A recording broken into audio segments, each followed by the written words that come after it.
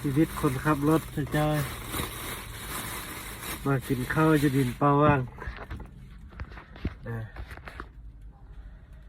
พอดีมีดินเปล่าว่างอยู่แถวร้านอาหารเวกัสว่ะ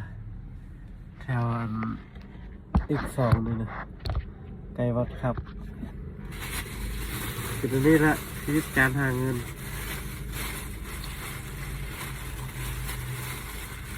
มีไส้กรอกเป็นสิ้นส้มพอเดียว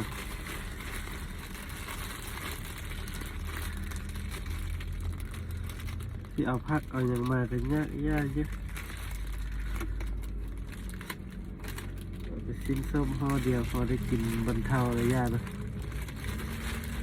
เงินไม่ค่อยกินให้มันเซฟซะพอดีอยู่บนจอดรถนี่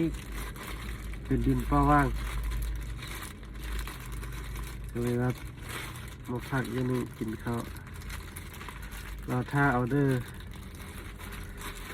มีลูกค้าว่าอยากไปใส่ก็ไปบ้านบัวแต่ทัดลงไปบ้านบัวกับอีกออเดอร์หนึ่งก็อยู่พลสีนวลไปอย่างก็นาสังไพ่แถวสมสง่าแจ้งราคาไปแล้วยังรอท่าคำตอบได้ออเดอร์แล้วก็ไม่ก็เดี๋ยวออกไปเนาะเมื่อเช้านี่ไปออเดอร์หนึ่งอยู่เศรษฐกิจพิเศษไซเทศทามาอยู่แถวโรงเรียนสินไซครับเขาก็สร้างตึกใหม่นะครับเอาซี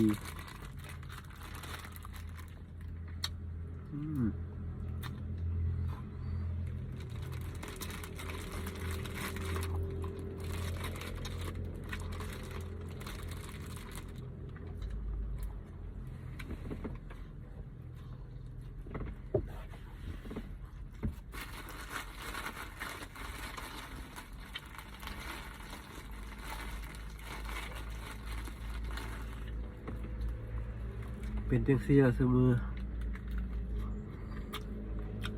แล้วออเดอร์แล้วก็โฟร์เฟสตามหาซอกออเดอร์